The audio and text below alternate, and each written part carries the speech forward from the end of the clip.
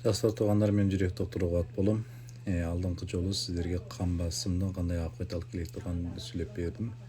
Эми будоо келгенде кандай кишилер кан басым кесел оңой болуп калат дегенди сүйлөп берейин. Эми бул кан басымдын себеби азыркы заманда эмне багы аныктап болгон. Эми биринчиден келсек, тузду көп жеш. Адетте эмди Шинжаң Жунгодагы, Шинжаңдагы дейли, адетте 10-дон 12 грамм жаңды туз жеп алабыз. Бирок мутахассистердин пикири боюнча күндө тузду 5 граммдан төмөн жебүү керек. Кызыл суудагы кыжаларга да көп өтүм болуп да чай иче турган, чай иче турган адетибиз бар да. Таза тузду татытып ичпесек, бир түрлүү ичпегендей болуп калабыз. Ушул жерден эле баштап кыргыз, казак дейбиз да, уйгур, башка моңгол деп коебуз. Баарыбыз ушул адет болгон үчүн эми кан басым кесели өтө көп көрүнөт. Андан келсе, беден оорулуу ашып кетиш. Эми биз эт жеп чоңойгонбуз деп коебуз. Тамак жешибизде да маселе бар. Оорулугубуз ашып кетет, дагы өтө семиздеп кетиш. Бул экөө эки иш эми. Андан келсе, өтө көп арак ичиш.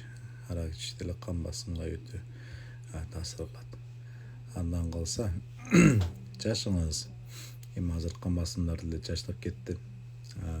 Андан калса, үй бүлө боюнча ата энеңизде кан басым кесел барбы, тайта тайнеңизде, чоң ата чоңуңузда кан басым кеселдер барбы?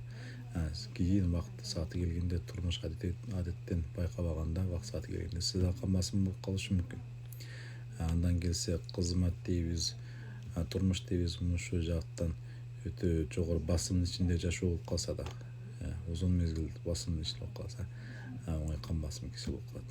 Андан келсе, тамак жегиш, узун убакыт түндө жарым түн ичинде уйку жок, уйку аз болуп калса, кан басым кесели деле оңой болуп калат.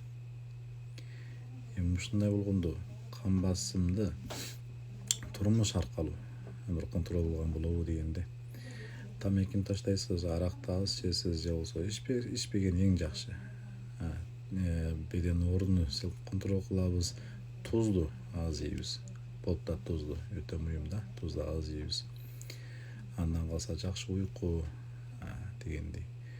Ошол жеттен жакшы контрол кылсак, жеңил дарежедеги кан басым кесел өздүгүнөн өзү эле төмөндөп кетет. Калганын дары ичип, салт контрол кылсаңыз, пайдасы дагы эле чоң болот.